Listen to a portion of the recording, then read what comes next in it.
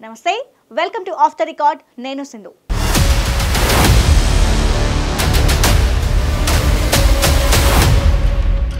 తిరుమల తిరుపతి నీటి అవసరాలు శాశ్వతంగా తీర్చేలా సీఎం చంద్రబాబు ఆలోచిస్తున్నారా వీటితో పాటు చంద్రగిరి నియోజకవర్గ ప్రజల సాగునీటి సమస్య కూడా తీరబోతోందా కోట్లాది రూపాయల నిధులతో మొదలైన ఈ ప్రాజెక్ట్ వచ్చే ఏడాదిలోపు పూర్తి చేయాలని చంద్రబాబు ఆదేశాలు జారీ చేశారా తాజా పరిణామాలు అవునని చెబుతున్నాయి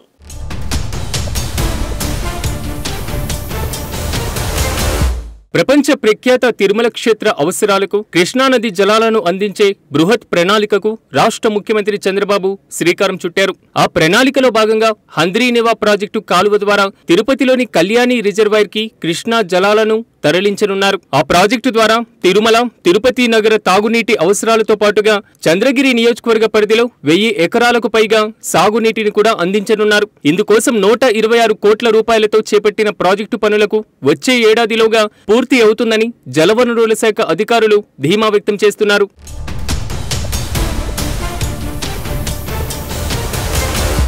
రాయలసీమ పరిధిలో పలు రకాల కారణాలతో కదలని స్థితిలో ఉన్నటువంటి హంద్రీనివా ప్రాజెక్టు పనులను ప్రస్తుత కూటమి ప్రభుత్వం 3000 కోట్ల రూపాయలు కేటాయించింది. ఉమ్మడి కర్నూలు జిల్లాలోని 38 అసెంబ్లీ నియోజకవర్గాల ద్వారా సాగేటువంటి హంద్రీనివా ప్రాజెక్టు కాలువ ద్వారా కీలక రిజర్వాయర్లతో పాటు 550 చిన్న పెద్ద చెరువులను కూడా నింపేటువంటి కార్యక్రమం ఊపందుకుంటుంది. ముగింపు దశలో నిలిచిపోయినటువంటి పుంగనూరు, కుప్పం బ్రాంచి కాలువలను పూర్తి చేసి ఉమ్మడి చిత్తూరు జిల్లాలోని 3 అసెంబ్లీ నియోజకవర్గాలకు సాగు, తాగునీటిని అందించడానికి ముఖ్యమంత్రి చంద్రబాబు మరో ప్రయత్నానికి శ్రీకారం చుట్టారు. ఉమ్మడి చిత్తూరు, కడప జిల్లాల సరిహద్దుల్లోని పీలేరు నియోజకవర్గం కేవీపల్లె మండల పరిధిలోని అడవిపల్లి రిజర్వాయర్ నుంచి తిరుమల క్షేత్రానికి తాగునీటిని సరఫరా చేసే కళ్యాణి రిజర్వాయర్ కు హంద్రీనివా కాలువ ద్వారా కృష్ణా జలాలను తరలించడమే ఆ ప్రయత్న లక్ష్యంగా తెలుస్తుంది.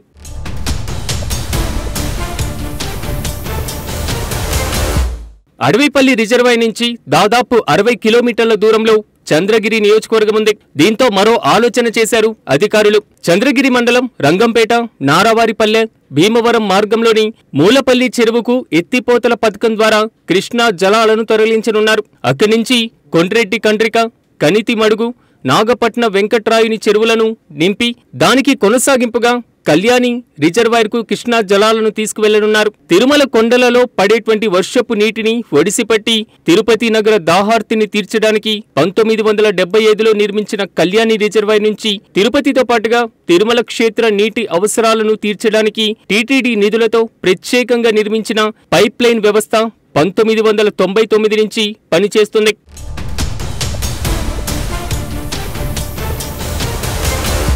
వాస్తవానికి తిరుపతి నగర తాగునీటి అవసరాలు తీర్చడంతో పాటు భవిష్యత్తులో తిరుపతి, తిరుమల తాగునీటి అవసరాల కోసం గాలేరు నగర ప్రాజెక్టు ద్వారా కళ్యాణి రిజర్వాయర్ కు కృష్ణా జలాలను తరలించాలన్న ప్రణాళిక గత 10 ఏళ్లుగా నలుగుతూనే ఉంది. తాజాగా చేపట్టిన హంద్రీనివా ప్రాజెక్టు ద్వారా కృష్ణా జలాలను ఆ కళ్యాణి రిజర్వాయర్ కు తరలించడం ద్వారా ఇటు తిరుపతి నగరానికి, అటు తిరుమల క్షేత్రానికి నీటి అవసరాలు తీరుతాయి. ఇక కళ్యాణి డ్యాం కారణంగా దిగువనున్నటువంటి తమ పంట పొలాలకు తగినంత సాగునీరు అందించడం లేదని ఆవేదన చంద్రగిరి, తిరుపతి రూరల్, రేణిగుంట, శ్రీకాళహస్తి రైతుల్లో దశాబ్దాలుగా కనిపిస్తుంది. ఇప్పుడు ఈ కొత్త పథకం ద్వారా కళ్యాణి రిజర్వాయర్ కు కృష్ణా జలాలు చేరితే భవిష్యత్తులో డ్యాం ద్వారా కిందకు నీళ్లను వదిలేటువంటి అవకాశాలు కూడా పెరుగుతాయి.